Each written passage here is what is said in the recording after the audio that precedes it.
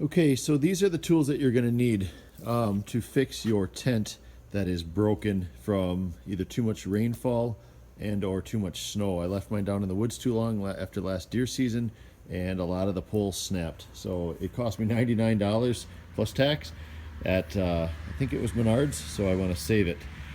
What you can see here is the snow load got too big, too heavy, and it snapped. We had 30 inches of snow in a day and a half or something, and it snapped these posts.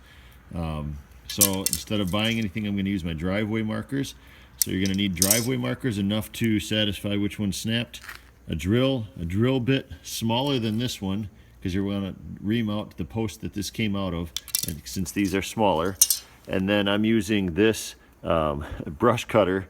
It actually is for cutting limbs on trees, to cut this instead of any kind of saw that would make it splinter. They are fiberglass. Okay, so I wanted to get the tent off the ground so that it can sway and I can move things around and it's not flopping around on me. 5 or 6 of the posts are broken. So I tied it up to a rafter in the barn and then just tied it off on the brush hog.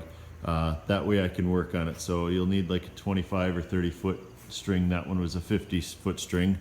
And you'll notice what happens is, if I can find one here, it snaps off right there. These fold in and out so that you can fold the tent up. But the weight got so big that it crushed it, and this bent and it snapped the post.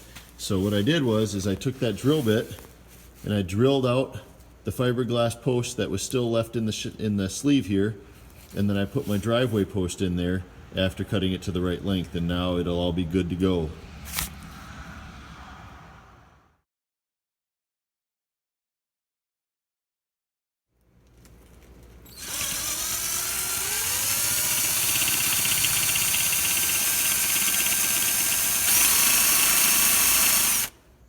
So once you have the holes drilled out, the tubes drilled out, I just brought out the original rod out here, and I'm using up bad fiberglass driveway stakes anyway. You just press down hard and it snaps it off. So once I get the fiberglass rod cut to length, you put it in this sleeve, and then there is a cloth sleeve up there, just like any other tent it goes into.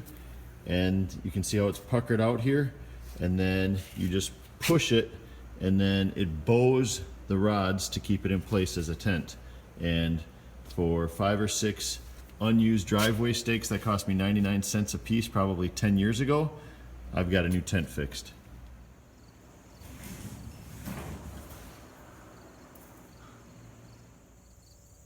And so there you have it, a $99 tent saved with $5 worth of 10-year-old driveway stakes.